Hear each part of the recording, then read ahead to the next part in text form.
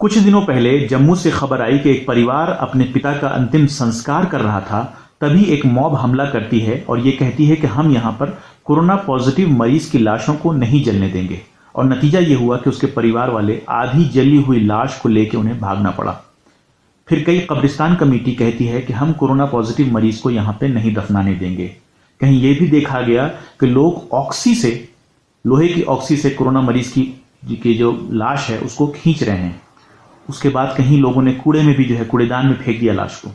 और कई लाशें तो मुंतजिर हैं मॉर्चरी में कि उनके दोस्त, उनके अहबाब, उनके रिश्तेदार आएं और उनका अंतिम संस्कार करें, लेकिन उन लोगों ने लाश को लेने से मना कर दिया है। तो एक सवाल जहन में यह आता है कि कोरोना पॉजिटिव मरीज की जो लाश है, क्या वो ज्यादा इंफेक्शियस है, क्या वो ज्यादा खतरनाक है? पहले समझें कि कोरोना वायरस फैलेगा कैसे। जो सबसे कॉमन रीजन है, वजह है, वो ये है कि कोरोना का जो मरीज होगा, जब वो खांसेगा, छींकेगा, बोलेगा, हंसेगा, तो जो ड्रॉपलेट्स हैं जो वायरस फैलते हैं उससे आपको हो सकता है। इसीलिए कहा गया है कि आप मास्क पहने हर वक्त।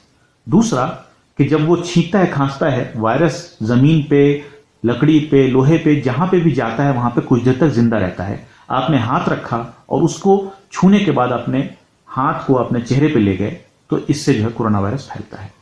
अब एक इंसान जो मर जाता है, उसके शरीर में जो कोरोना वायरस है, ऑक्सीजन की कमी होगी, कुछ देर में तो वायरस मर जाएगा। कितनी देर में मरेगा कहना मुश्किल है, लेकिन यह तय है कि कुछ देर के बाद उसमें वायरस मर जाएगा।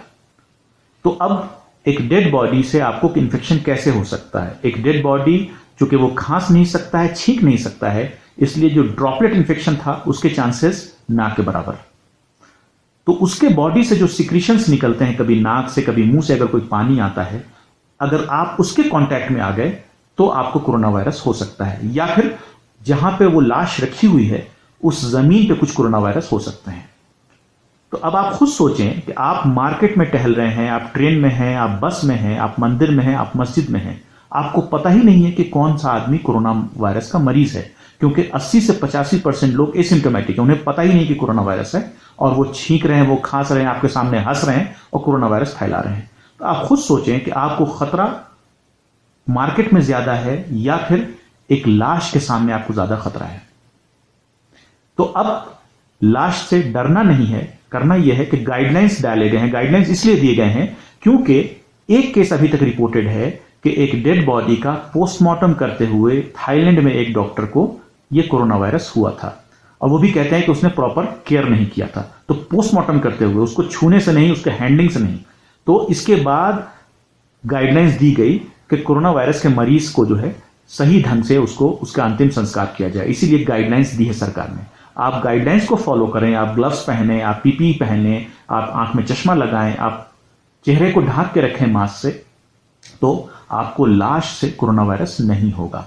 जिस सरफेस पे लाश को रखा गया है, हाँ, आप उसको भले ही जो है साफ कर दें, सोडियम हाइपोक्लोराइड यानी जो नॉर्मल ब्लीच मिलता है उससे साफ करें, या फिर किसी भी सॉल्यूशन से जिसमें 70% से ज्यादा अल्कोहल है उससे साफ कर दें।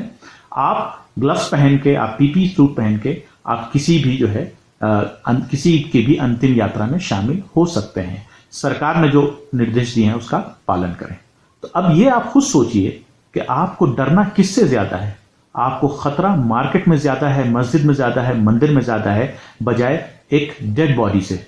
इसलिए हर एक डेड बॉडी को रिस्पेक्ट दीजिए, और भले ही उसकी जिंदगी कैसी भी रही हो, लेकिन उसकी आखिरी यात्रा को इतना तकलीफ देना बनाइए। और डरिए, लेकिन इतना ना डरिए कि आप वहशी बन जाएं और हर एक लाश को इज्जत देना सीखें। शुक्रिया।